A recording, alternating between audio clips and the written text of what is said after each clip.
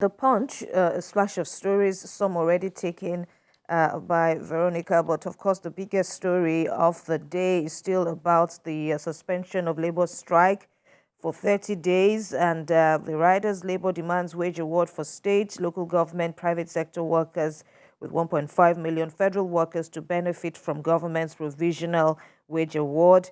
And the pictures there are, of course, excerpts of Monday's crucial meeting between the federal government and the organized labor in Abuja.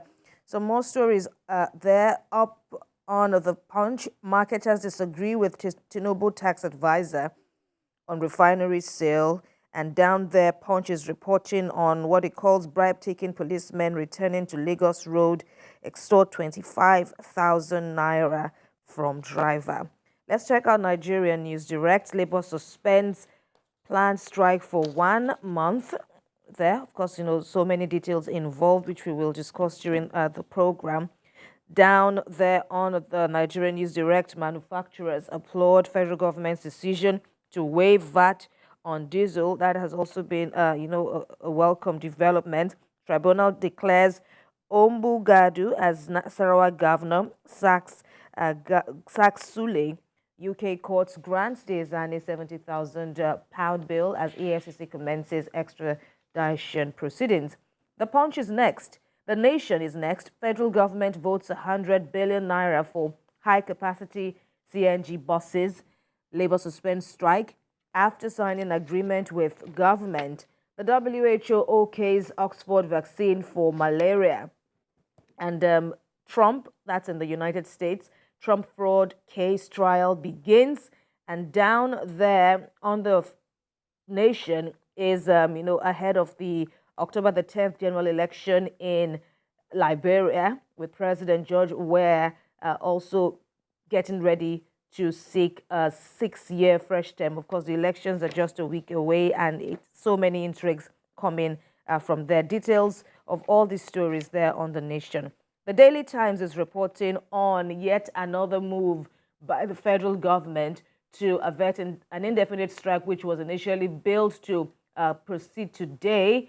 They were locked in talks last night with labor agreement not reached in some areas in their first meeting, but now there's a form of a breakthrough as the strike has been suspended.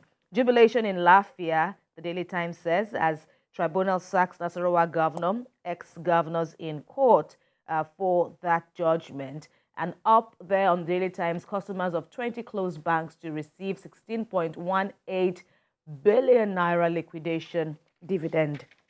Quickly now on the leadership newspaper, Relief. It says as Labour suspends indefinite strike at 11th hour, gives federal government 1 month to implement spelt-out programs and direct workers to go to work. EFCC secures arrest warrant against Diezani, and Nigeria's first emeritus Professor Umaru Shehu dies at 92. On Blueprint, it says that Governor Sule has called for calm, saying he remains governor. And he has gone on to appeal, is cautioning opponents as well, and hopes to get justice at the Court of Appeal.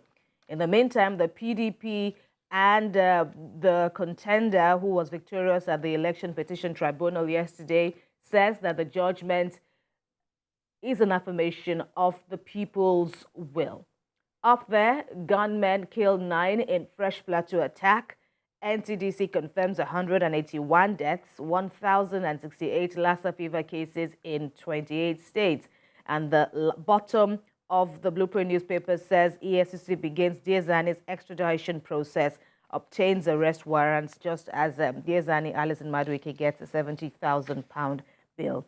On the Abuja Inquirer, it is reporting on what he calls succession crisis rocking the FCTA Treasury. That's the Federal Capital Territory Administration's Treasury, with the permanent secretary ignoring most senior professional and staffers are said to be kicking against this move.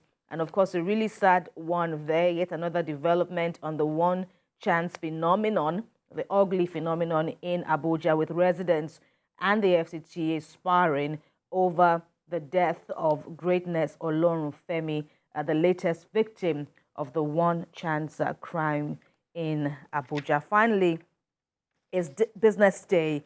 Economic slowdown shows up in banks' doubtful loan surge. Impairment costs rise by 285%.